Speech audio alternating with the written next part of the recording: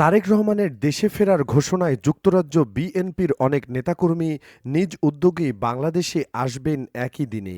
এজন্য বিমানের টিকিট কেনার হিড়িক পড়ছে। অনেক বড় বড় নেতাদেরও তারেক জিয়ার বিমানে জায়গা হবে না। তবে একজন মানুষের জায়গা নিশ্চিত, তিনি আব্দুর রহমান সানি, যাকে একই সাথে তারেক জিয়ার ছায়াসঙ্গী ও ডানহাত বলা হয়।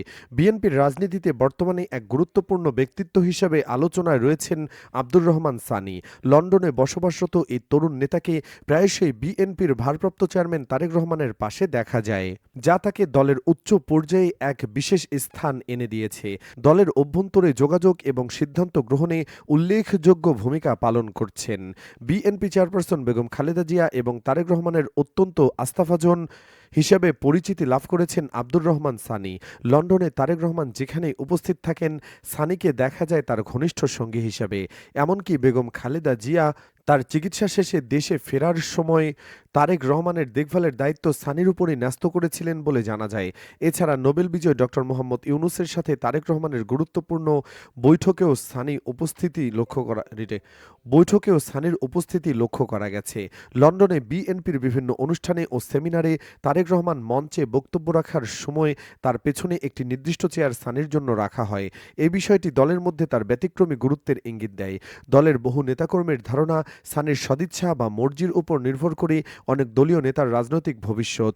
তার প্রভাব এতটাই যে কেউ কেউ তাকে একজন সংসদ সদস্যের চেয়েও বেশি ক্ষমতাধর মনে করেন। আব্দুর রহমান সানির জন্ম ব্রাহ্মণবাড়িয়ার আখাউড়ার রবিশল ভূঁইয়া বাড়িতে। তার পিতার নাম আলহাজ ফজলুর রহমান ভূঁইয়া। তিনি বাংলাদেশে পলিটেকনিক্যাল শিক্ষা সম্পন্ন করে বর্তমানে লন্ডনের কিংস্টনে বসবাস করছেন। তারেক রহমানের সাথে তার ঘনিষ্ঠতার প্রমাণ হিসেবে সানির পিতা গুরুতর অসুস্থ হয়ে ঢাকার ল্যাবেড হাসপাতালে চিকিৎসাধীন থাকার সময় বেগম খালেদা জিয়া স্বয়ং তাকে দেখতে গিয়েছিলেন। সে সময় দলের মহাসচিব মির্জা ফখরুল ইসলাম আলমগীর সহ স্থানীয় কমিটির অনেক সদস্য তার পাশে ছিলেন। এই ঘটনা দলের সর্বোচ্চ মহলে সানির পারিবারিক গভীর সংযোগের বার্তা দেয়।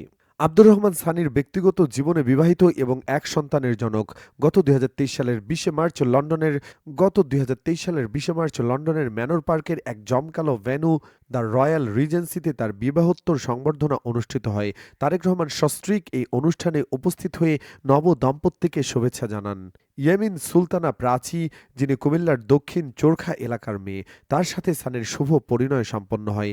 এই আয়োজনে লন্ডন সহ বিশ্বের প্রায় অর্ধশত দেশের ৬০০-এর অধিক বিএনপি নেতাকর্মীকে আমন্ত্রণ জানানো হয়েছিল।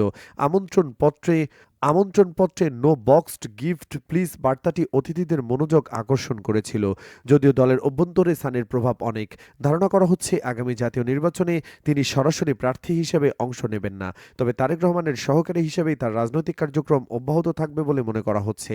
একজন সংসদ সদস্যের পরিচিতি না হলেও তারেক রহমানের ঘনিষ্ঠ সহযোগী হিসেবে সানির এই পরিচয় দলের জন্য কোনো অংশে কম গুরুত্বপূর্ণ নয়। আব্দুর রহমান সানির এই ক্রমবর্ধমান প্রভাব নিয়ে সামাজিক যোগাযোগ মাধ্যমে মিশ্র প্রতিক্রিয়া দেখা গেছে।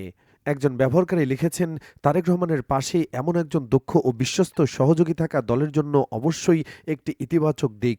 অন্য একজন মন্তব্য করেছেন, রাজনৈতিক মহলে সানির মতো একজন তরুণ নেতার এত দ্রুত উত্থান বেশ কৌতূহল উদ্দীপক। তার ভবিষ্যৎ ভূমিকা দেখার অপেক্ষায় রইলাম।